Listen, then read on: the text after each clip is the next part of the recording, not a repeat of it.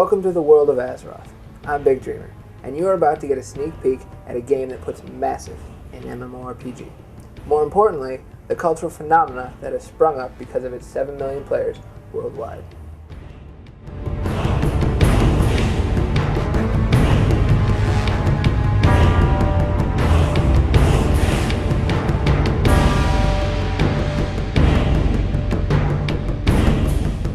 Blizzard Entertainment introduced the magical World of Warcraft in 2005, based off a series of real-time strategy games known as Warcraft.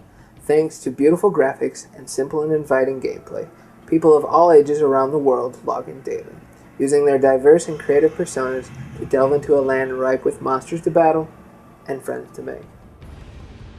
Well, I first heard about WoW from a friend, and he'd actually talked about other games like it.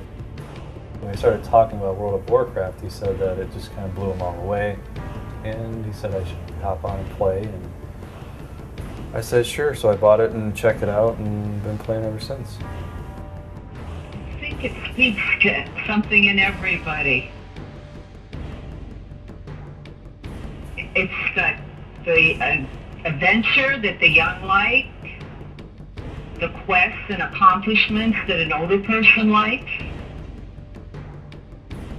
Something for everybody. I think it's always that striving to accomplish the next thing, the next goal, whether it's getting that quest done or killing that new boss or hunting for that new piece of armor.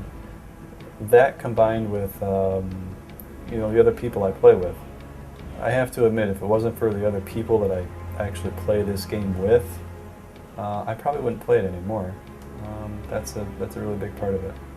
When first entering the World of Warcraft, you are immediately faced with the imposing and irreversible decision of your character creation, which includes everything from race and class to sex and physical feature. Well, it's really sort of interesting. In real life, I tend to be a type A personality, very much in your face, not afraid of conflict, get right out there and deal with things. And yet my first character that I made was absolutely the opposite of what I am, and that's Skye. She's a priest, she's a healer, she's a nurturer.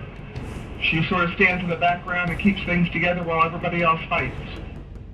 This is a role-playing game, so hey, you want to pretend to be a girl? Go for it. You want to pretend to be a guy? Go for it. And it doesn't mean you're gay, it's just, hey, it's have fun. Brown and I created our male characters just to see if we would play them any differently than we play our female characters. And it turns out we do. We play them very differently. Testosterone definitely kicks in there.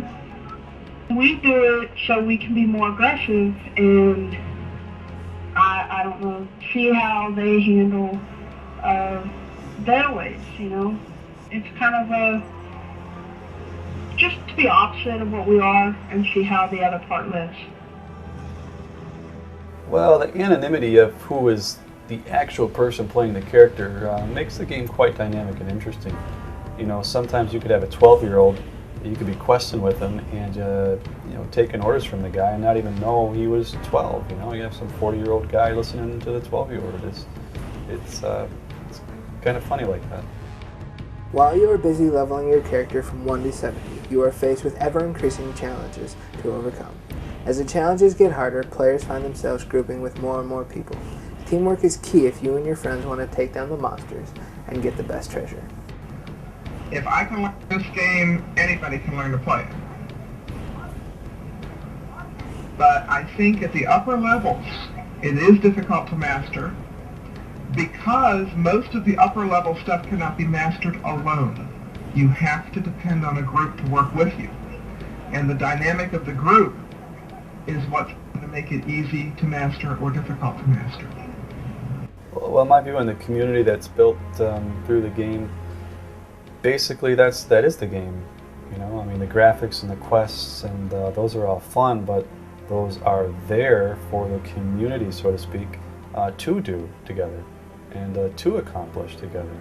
And that's what makes the game so great. I did not expect to enjoy playing with a bunch of teenagers. And I have found, for the most part, that they're polite and they play nice, and they're just a lot of fun to be around. And those of us who are older players, we do play a little bit more sedately, but I have found that the kids are really fun to play with, and I really didn't expect them to be. People are a lot more laid back here. They feel more free to be themselves. They can chat freely, express themselves, whether it's through their characters or how they play. And I think it's a good outlet for some people.